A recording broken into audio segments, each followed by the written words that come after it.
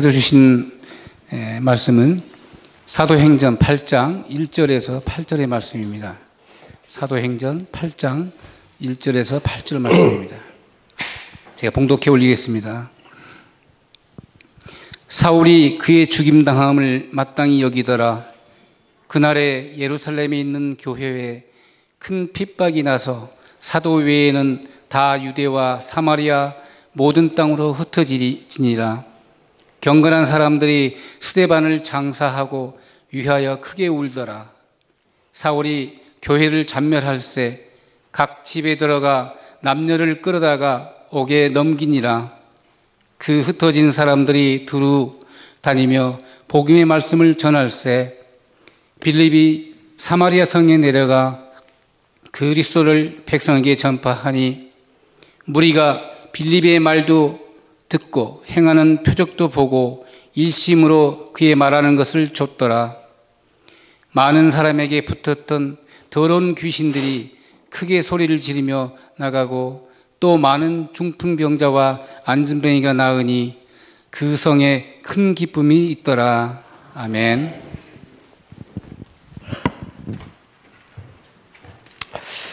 하나님의 은혜와 성도님들의 기도해 주신 힘으로 모든 일정을 마치고 건강하게 돌아올 수 있어서 감사를 드립니다.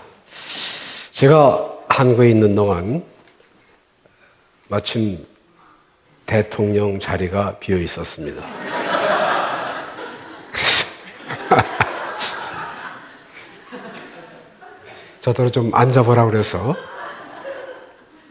앉았더니 아주 잘 어울린다고.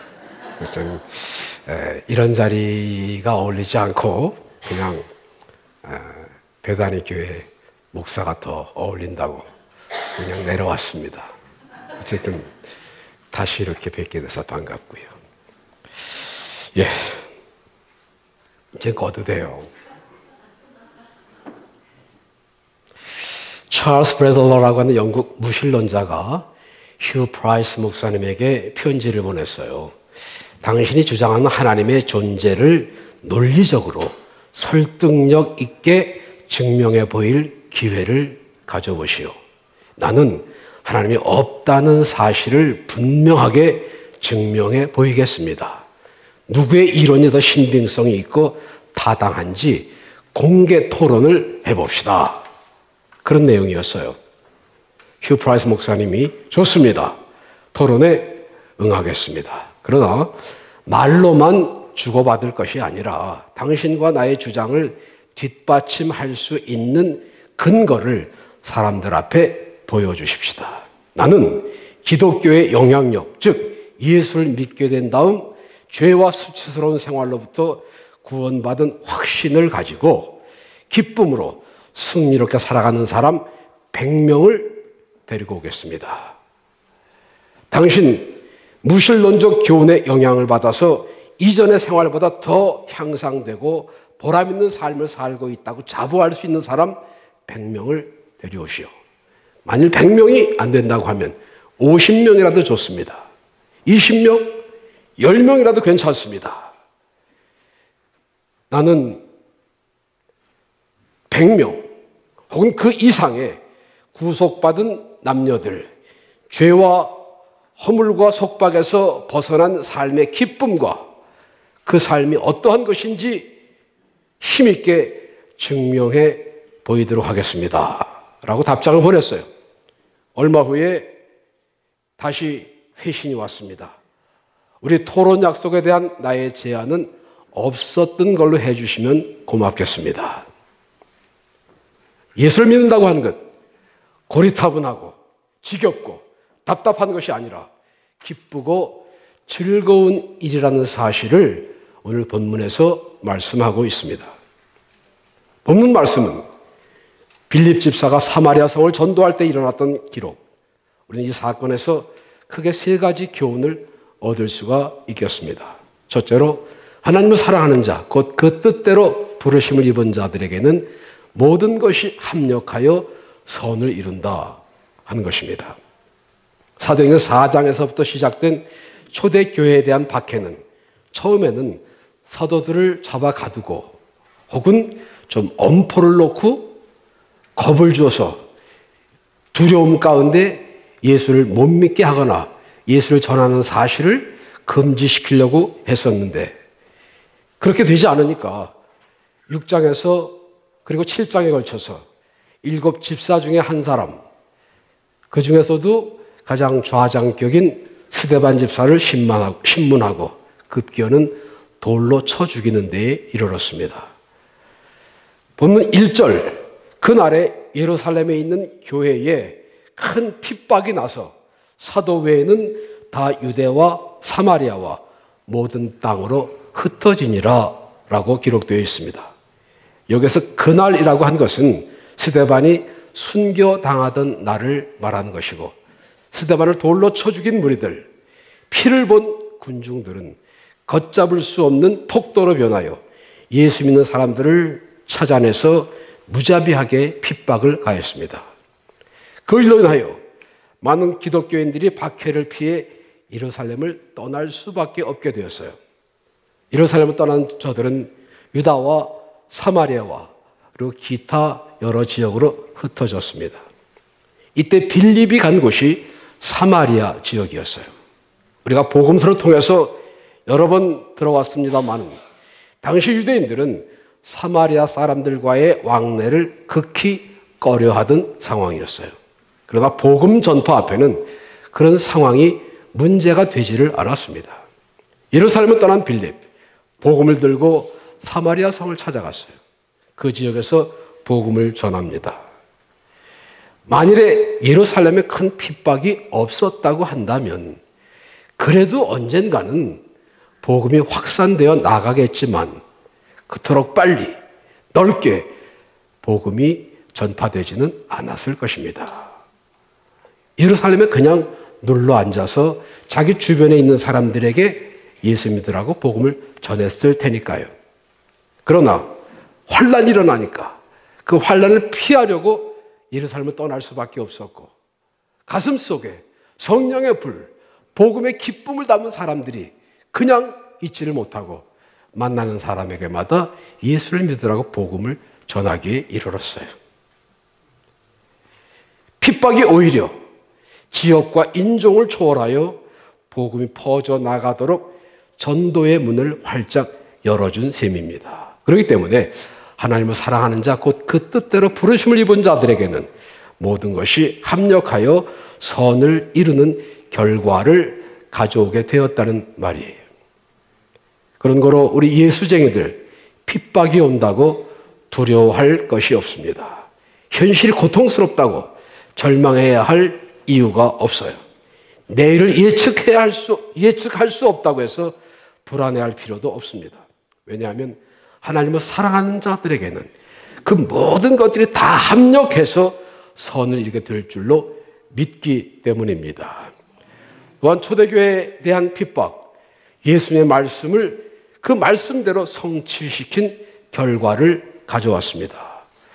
사도행전 1장 8절은 부활하신 예수님이 승천하시기 직전 마지막으로 남기신 말씀이에요. 한번 같이 읽어보실까요? 오직 성령이 너희에게 임하시면 너희가 권능을 받고 예루살렘과 온 유대와 사마리아와 땅끝까지 이르러 내 증인이 되리라 하시니라. 예루살렘과 온 유대와 사마리아와 땅끝까지 이르러 하신 말씀과 본문 사도행전 8장 1절에서 유대와 사마리아와 모든 땅으로 흩어지니라. 어떻습니까? 예수님 하신 말씀과 꼭 일치하지 않나요? 사탄은 어떻게 하든지 복음 전파를 방해하고 예수 믿는 사람들을 박해했지만은 그것까지도 이용해서 선을 이루게 하시는 하나님의 섭리를 믿으시면 아멘 하십시다. 둘째는 전도는 어떤 특정한 계층에 있는 사람만 하는 게 아니라는 거예요. 우리들이 흔히 전도는 목사, 전도사 혹은 장로 그런 직분, 직함을 가진 사람만 하는 것이라고 생각하기 쉽습니다. 어떤 신자가 장로님은 왜 전도를 안 하세요? 그렇게 물으니까 장로님이 늙은 양이 새끼 나는 거 봤어? 그러시더래요. 맞는 말이에요. 늙은 양은 새끼를 낳지 못합니다. 묵은 닭은 알을 낳을 수가 없어요. 그러나 우리가 기억하셔야 할 것은 하나님의 자녀된 우리 성도들에게는 믿음 안에서 늙은 양 따로 없고 묵은 닭 없어요. 우리의 겉사람은 시간과 환경에 묶일 수 있고 또 세월이 가면 어쩔 수 없이 육신이 쇠약해질 수 있습니다. 그러나 예수 안에서 새로운 피조물이 된 우리 속사람, 날로 새로워질 줄로 믿습니다. 본문에 나오는 빌립, 12제자 중에 한 사람인 빌립이 아니고 사도행전 6장 5절에서 초대교회 처음 집사로 선택된 빌립입니다. 빌립이 믿음과 성령에 충만해서 집사로 뽑히긴 했지만 전도인으로서 목회자로서의 어떤 전문적인 교육이나 특별한 훈련을 받은 사람이 아니었어요. 그러한 그가 사마리아에서 놀라운 전도의 열매를 거두었습니다. 유대와 사마리아 곳곳에서 복음을 전했던 예수님의 산 증인들은 사도들이 아니고 그냥 평신도들이었어요. 평신도들의 전도를 통해서 여러 지역에 복음화가 이루어졌다는 사실은 전도는 꼭 특정한 어떤 사람들에 의해서만 되는 것이 아니고 누구나 할 수 있고 또 해야 된다고 하는 것입니다. 금년 1년 벌써 3개월이 지나갔어요. 우리 배단의 교회 성도님들 한 사람이 한 사람씩 전도하셔서 우리 교회의 빈자리를 가득 채우시는 사명을 감당하시기를 축원합니다.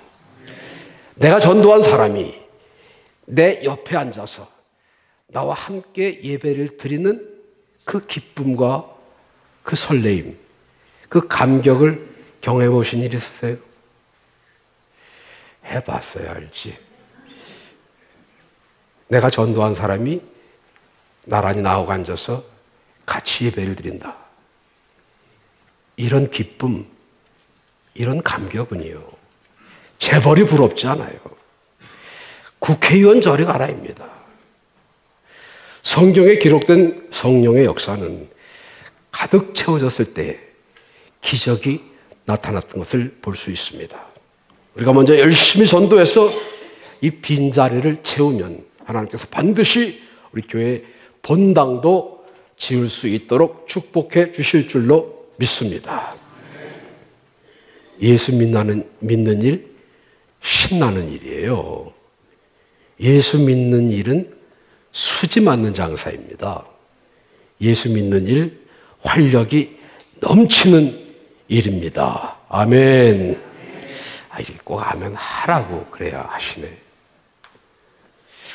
예수 믿는 일은 어깨 축 처지고 얼굴에 수심이 가득하고 마음은 하루 종일 햇빛 한 번 스쳐 지나간 일이 없는 쥐구멍 같고 발걸음은 천근 달아 매놓은 것처럼 무겁고 생활은 무엇인가 쫓기는 사람처럼 늘 불안하고 삶은 실패로 막을 내리는 그런 일이 아닙니다. 스펄전 목사님이라고 하는 유명한 부흥 강사 목사님이 있었어요. 신학교에 학생들에게 설교를 해달라고 하는 초청을 받고 거기 참석한 신학생들을 대상으로 설교를 하는 중에 이런 말을 했어요. 여러분들이 머지않아 신학을 졸업하고 목사 안수를 받고 교회에 가서 설교를 할 기회를 갖게 될 것입니다. 그럴 때에 여러분들의 그 표정을 그대로 가지고 지옥에 대한 설교를 한다고 하면 아마도 성도들이 잘 지옥에 대해서 이해할 것입니다.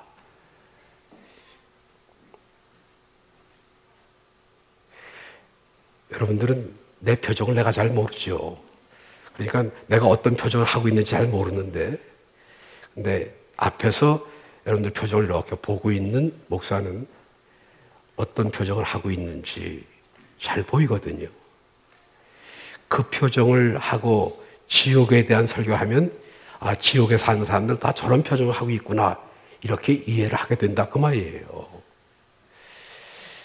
그 목사님이 우리 배단위교에 오셔서 설교를 하실 때에 어떤 내용의 설교를 어떤 말씀을 하실까? 자, 옆에 사람을 보시면서 활짝 웃으면서 인사하십시다. 웃어서 남 줍니까? 웃읍시다. 네. 웃어서 남 줍니까?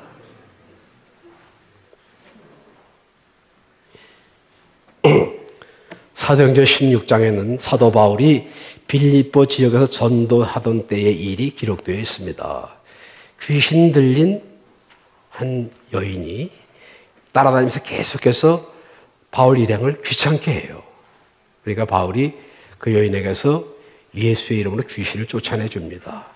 귀신의 힘을 빌어서 점을 쳐서 짭짤한 수입을 얻던 그 주인이 귀신이 쫓겨나가서 점을 칠 수가 없으니까 그만 자기 수입에 손해가 갔잖아요.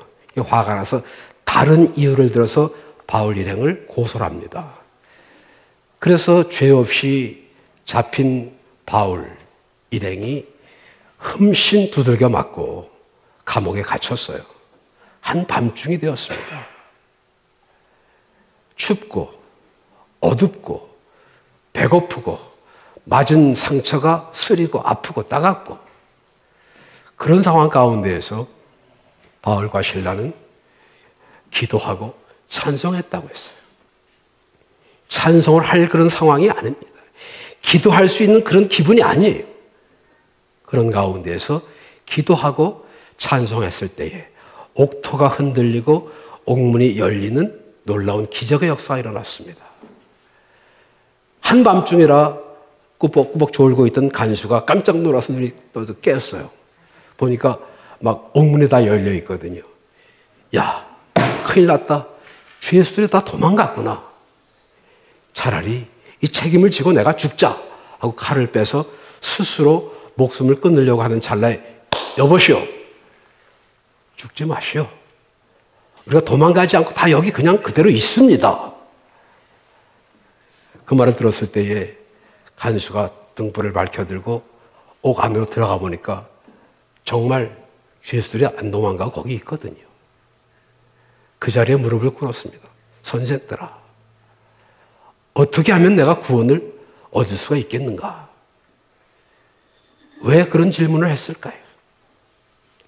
간수가 죄수에게 나는 간수라고 하는 직업을 가지고 있으면서 비교적 시간과 공간의 제한을 받지 않으면서 자유롭게 살아왔는데 그러면서도 마음에는 기쁨이나 평안이 별로 없었는데 저 사람들은 춥고 배고프고 괴로움 가운데에서도 저렇게 평안함과 여유를 가질 수 있는 원인이 어디 있을까? 그런 의문이 마음에 가득해서 묻지 않을 수가 없었어요. 그때 바울의 음성이 들려왔습니다. 주 예수를 믿으시오. 그러면 당신뿐만 아니라 당신의 집이 구원을 얻을 것입니다. 우리와 같은 평안함, 여유, 기쁨, 당신과 당신 가족들에게도 임할 것입니다. 그런 대답이었어요. 그 말을 들으면서 간수는 아, 그랬었구나. 그것이었구나. 주 예수를 믿는 믿음. 그런 깨달음과 동시에 결단을 뒤로 미루지 않고 바울과 실라를 자기 집으로 초청해서 잘 씻겨드리고 그리고 음식을 준비해서 대접해드리고 바울이 전하는 말씀을 듣고 그 즉시로 예수를 믿기로 하고 세례받고 온 가족이 하나님을 믿어서 온 집이 크게 기뻐하더라라고 기록되어 있습니다. 성경 어디를 보더라도 예수를 믿고 마음이 무거웠다든가 슬픈 기색이 있었다거나 그런 곳이 없어요. 기쁨과 감사, 이게 바로 예수 믿는 사람들에게 나타나는 첫 번째 외적 증거입니다. 예수를 믿으면 어떻게 그 모습이, 그 삶의 내용이 변화되는가? 첫 번째가 기쁨이라고 하는 거예요. 예수님 우리를 대신해서 십자가에 피 흘리셨고 그 때문에 우리는 영생을 얻을 수 있게 되었으니 기쁘고 감사한 일이라는 거예요. 그러기에 예수를 믿는 일은 정말 복된 일입니다.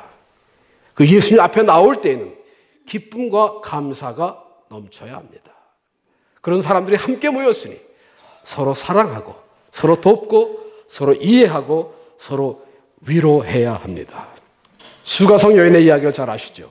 남편이 5이나 있었고 세상 부귀와 향락을 다 꾀해봤지만 별 소득이 없이 주위 사람들의 눈총만 따갑고 해서 이웃과 스스로 담을 쌓고 폐쇄적인 삶을 살던 여인이었습니다. 그 여인이 꼭 그렇게 살고 싶어서가 아니라 돌만 던지지 않았을 뿐 동네 사람들한테 왕따를 당해서 가까이 할래야 할 수도 없었어요. 그렇게 소망도 없고 기쁨도 없이 답답하게 살던 여인이 어느 날 우물가에 물을 기르러 나갔다가 우물가에서 자기를 기다리고 계시던 예수님을 만나게 되죠. 그 삶이 변했습니다. 물동이를 우물가에 버리던 채로 마을로 뛰어들어갔어요. 그리고는 만난 사람들을 붙잡고 전도했습니다. 내가 만난 메시아를 만나보시오. 내가 만난 메시아를 만나보시오. 많은 사람들이 그 여인의 뒤를 따라 줄줄이 우물가에 계신 예수님 앞으로 나왔습니다. 얼마 전까지만 해도 상종도 하지 않던 여인이었어요. 빨리 피하고 싶은 여인이었어요. 제발 다른 동네로 이사를 좀 가주었으면 그렇게 바라던 여인이었어요. 그러던 사람들이 어떻게 해서 그 여인의 말을 듣고 그 여자의 뒤를 따라 나섰겠느냐 하는 겁니다. 그 여인의 달라진 모습 때문이죠. 생각만 해도 재수없고 멀리서 모습만 봐도 기분이 나쁘고 얼굴 보면 마음이 무거울 정도로 그늘지고 어두웠던 그 여인의 모습이 완전히 달라졌어요. 그 행동에 자신이 넘쳤고 그 얼굴에는 기쁨이 가득했고 그 말에는 힘이 있었습니다. 그의 말을 듣고 있노라면 이 여자가 전에 어떤 여자였는데 그런 생각이 전혀 나지 않을 정도로 예수 믿기 전이나 예수 믿은 다음이나 똑같다. 별로 달라진 것이 없다. 예수 믿기 전의 말투, 예수 믿기 전에 했던 습관, 예수 믿기 전에 했던 생활 그대로라면 예수 믿는 의미가 어디 있을까요? 예수님 때문에 예수님으로 인하여 달라진 모습, 변화된 삶이 생활 속에 나타난 그것이 바로 예수 믿는 사람들의 특권입니다. 사실 전도는 말에 앞서서 우리의 생활로 하는 거예요. 이웃집에 사는 사람에게 교회 나가자고, 예수 믿자고, 다음 주일 우리 교회 나가자고 전도를 하는 사람이 집에서는 맨날 싸움이나 하고 큰 소리나 치고 그리고 그 이웃들이 볼 때 별로 본받을 만한 점이 없다 그렇게 생각되어진다면 그 사람이 아무리 예수 믿자고 교회 나가자고 해도 그 사람 따라서 교회 나올 수 있을까요? 사도행전에 기록된 처음 교회가 날마다 믿는 자의 숫자가 늘어나게 된 가장 중요한 이유, 저들이 사람들에게 칭찬을 들었다 하는 점입니다. 우리와는 뭔가 다르다. 예수 믿는 사람들은 뭔가 내가 안 가진 것을, 내가 가질 수 없는 것을 가지고 있구나. 나도 그런 기쁨, 그런 평안, 그런 감사, 그런 은혜를 받으려면 예수 믿어야 되겠구나 라고 생각한 사람들이 초대교회로 날마다 모여들었다는 말이에요. 예수쟁이들 한 손가락질을 받은 것이 아니라 예수 믿는 사람들은 과연 하면서 고개를 끄덕이게 되었더라는 말이에요. 오늘 본문에도 빌립의 전도를 받고 복음을 영접한 사마리아 성에 큰 기쁨이 있더라 라고 했습니다. 예수를 믿는 일은 기쁘고 즐거운 일이에요. 기쁘고 즐겁다 해서 모든 일이 다 잘 된다는 뜻은 아닙니다. 예수 믿는 사람들에게도 실패 있습니다. 절망의 순간도 다가옵니다. 시련과 고난도 몰려오고요. 유혹의 문을 두드리기도 하고 병마가 우리의 육신을 점령하기도 합니다. 예수만 믿으면 그런 일이 전혀 일어나지 않는 것이 아니라 그 모든 것이 합력하여 선을 이루는 결과가 올 것을 확실히 믿는 믿음이 있기 까닭에 우리 예수쟁이들은 기뻐할 수 있는 것입니다. 어떤 경우에서라도 기뻐할 수 있다고 하는 것은 성령 충만의 증거입니다. 기쁨은 성령의 9가지 열매 가운데 하나거든요. 성령이 충만하면 슬픔이나 미움이나 불평이 우리 마음 가운데 자리 잡을 틈이 없어요. 기뻐할 수 있다고 하는 것은 소망이 있다는 뜻입니다. 현실이 아무리 괴롭고 답답해도 소망이 있는 사람은 현실의 지평 저 너머에 밝은 미래를 내다보기 때문에 기뻐할 수 있는 것입니다. 그래서 사도 바울은 감옥에 갇혀 있었으면서도 내일을 기약할 수 없는 삶을 살면서도 주 안에서 항상 기뻐하라. 내가 다시 말하노니 기뻐하라 라고 자신 있게 말할 수 있었습니다. 기뻐할 수 있다고 하는 것, 승리자의 표정입니다. 우리가 가끔 TV나 혹은 신문지상을 통해서 볼 때에 승리자의 모습을 보게 됩니다. 제가 보았던 승리자의 모습 중에서 단 한 사람도 얼굴을 찡그리거나 화가 난 태도를 보지 못했습니다. 여러분도 마찬가지일 것입니다. 감격의 눈물을 흘리거나 주체할 수 없는 기쁨으로 공중공중 뛰는 모습을 보셨을 거예요. 그것이 승리자의 모습이거든요. 그 승리의 표현은 기쁨으로 나타나는 것이고요. 기쁨은 여유 있는 사람의 태도입니다. 신경질, 짜증, 불평, 불만 이런 모습들은 왠지 기쁨과는 어울리지 않는 모습입니다. 그런 모습 속에서는 예수님의 사랑이 발붙일 곳이 없어요. 그러나 얼굴에 잔잔한 미소가 떠나지 않는 친절한 행동, 대하는 사람들에게 푸근한 마음을 갖게 해줍니다. 기쁜 척하는 것은 탈로가 나요. 그러나 샘솟는 기쁨은 자신에게뿐 아니라 상대방에게도 넉넉함을 느끼게 해줍니다. 이런 찬송이 있어요. 같이 불러보시겠어요? 내게 샘솟는 기쁨, 내게 샘솟는 기쁨, 내게 샘솟는 기쁨 넘치네. 오 할렐루야. 내게 샘솟는 기쁨, 내게 샘솟는 기쁨, 내게 샘솟는 기쁨 넘치네. 마음속에 예수님을 모신 사람, 구원의 새 생명을 얻은 사람은 그 기쁨과 즐거움이 생활 속에 나타나도록 되어 있습니다. 살아계신 예수 그리스도를 믿으면 구원받게 된다는 사실, 예수 안에서 새 생명을 얻은 감격을 남들에게 전하기 위해서라도 먼저 기쁨과 감격 속에 살아야 된다는 사실을 믿으시면 크게 아멘. 죽지 못해 사는 사람, 마지못해 사는 사람이 전도한다고 하면 얼마나 열매를 거둘 수 있을까요? 충만이라고 하는 말, 차고 넘치는 것을 의미합니다.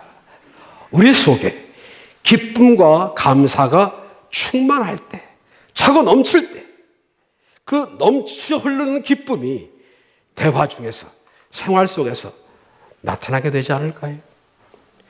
바로 그 넘쳐나는 기쁨을 보면서 다른 사람들도 아, 나도 저렇게 기쁨의 삶을 살기 위해서는 예수 믿어야 되겠구나 하는 깨달음을 만든다니까요.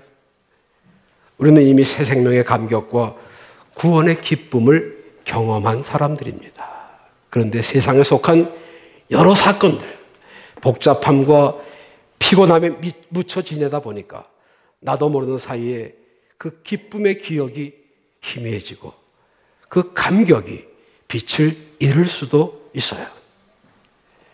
잃었던 기쁨을 되찾기 위해서는 성령의 충만함을 받아야 합니다.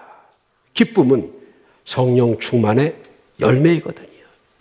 우리 마음이 성령으로 충만하게 되면 우리 생활 속에 기쁨과 감사가 넘칠 것이고, 그런 사람들이 모이는 교회는 사랑으로 가득 차게 될 것이고, 그런 우리 베다니 교회는 반드시 구원받은 새 생명들이 날마다 더하여지는 역사를 통해서 하늘의 기쁨이 넘치며 우리의 삶에, 우리의 가정에, 우리 교회에, 우리의 사업에 하나님의 함께 하시고 축복하시는 승리로운 결과가, 증거가 나타나게 될 줄로 믿습니다. 기도하겠습니다.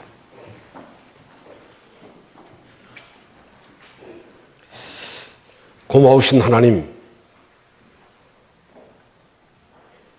구원의 은혜와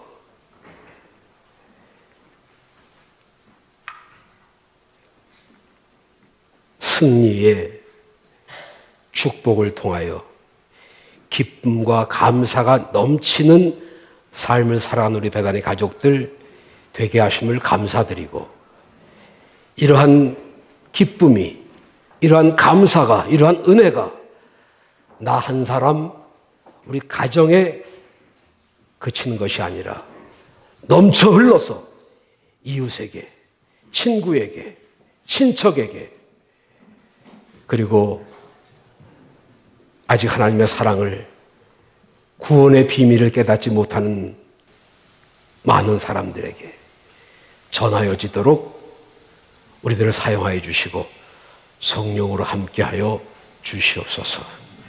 예수님 이름으로 감사하기도 드리옵나이다. 아멘.